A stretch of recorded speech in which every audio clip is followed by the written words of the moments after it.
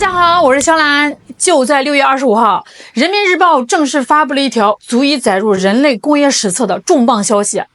截至今年5月末，咱们国家的累计发电装机总量正式达到了40.1亿千瓦。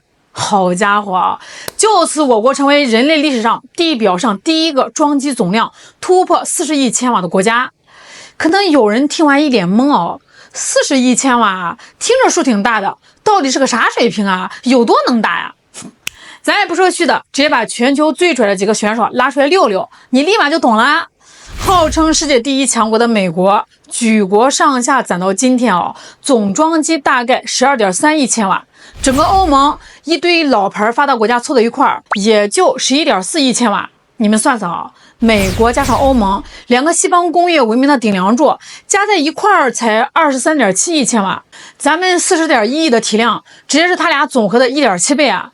这还不算完，再把印度、日本、俄罗斯这3个也拉进来，美国、欧盟、印度、日本、俄罗斯地表5个最强的经济体全加到一块儿不好意思，总量依然干不过咱们中国一家。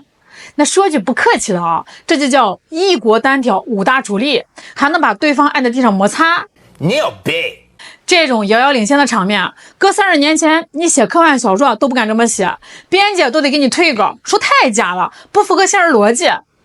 那有人肯定会好奇这么大的盘子，咱们是怎么在短短几十年里攒出来的？答案呢就2个字儿：速度。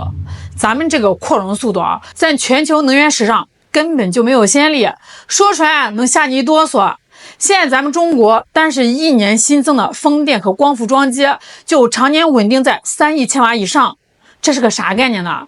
日本搞了100多年的工业攒到今天的全国发电总装机也就是差不多3亿千瓦。换句话说咱们过一个年，光靠新增的清洁能源电站就凭空造出一整个日本的电力系统。就问你离谱不离谱？这种建基建的速度跟全世界根本就不在一个维度上，属于断层式领先。再说这个增长速度从2010年到现在这15年咱们发电装机年均增速差不多是10%，那说白了就是7、8年能翻一番。再看那些老牌发达国家呢，美国年均呢才1.7%，跟蜗牛似的。欧盟呢稍微快一点，3.2%，俄罗斯更拉垮1.2%，基本上属于躺平混日子了。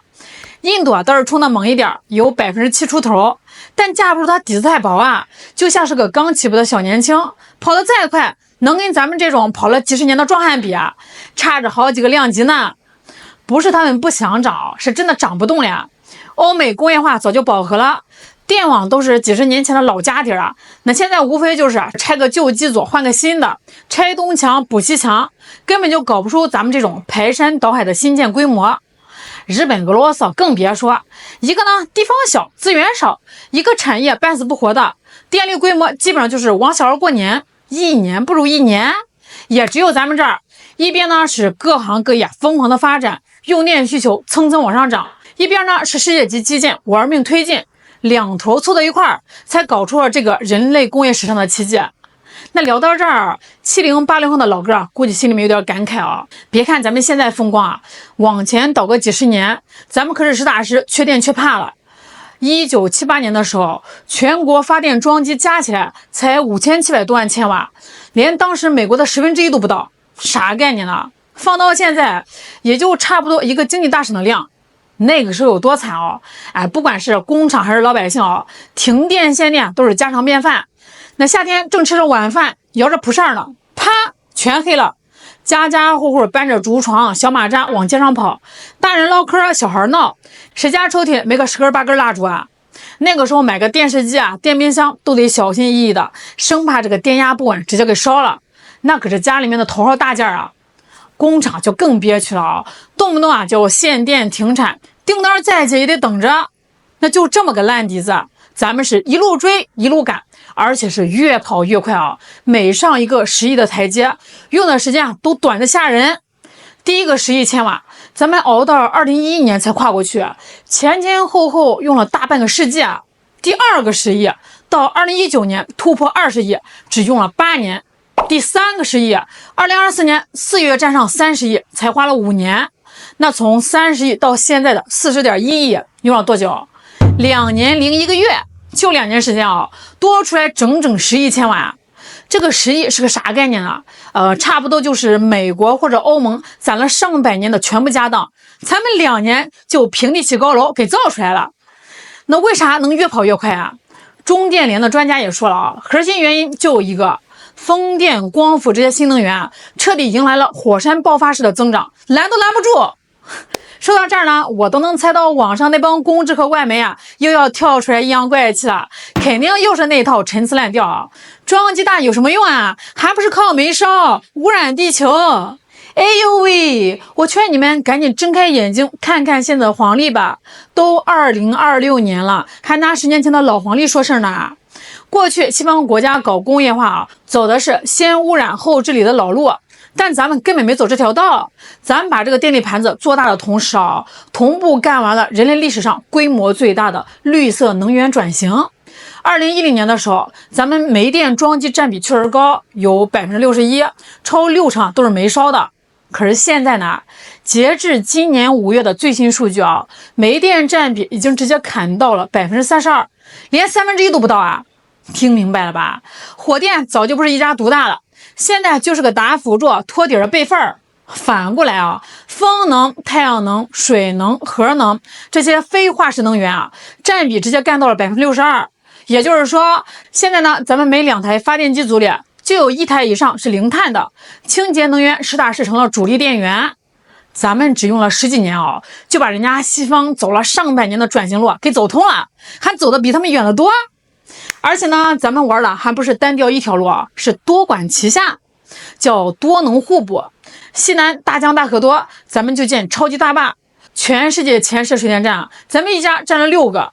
西北戈壁滩荒着也是荒着呀，咱们就铺千万千瓦级的风光大基地，漫山遍野都是光伏板大风车。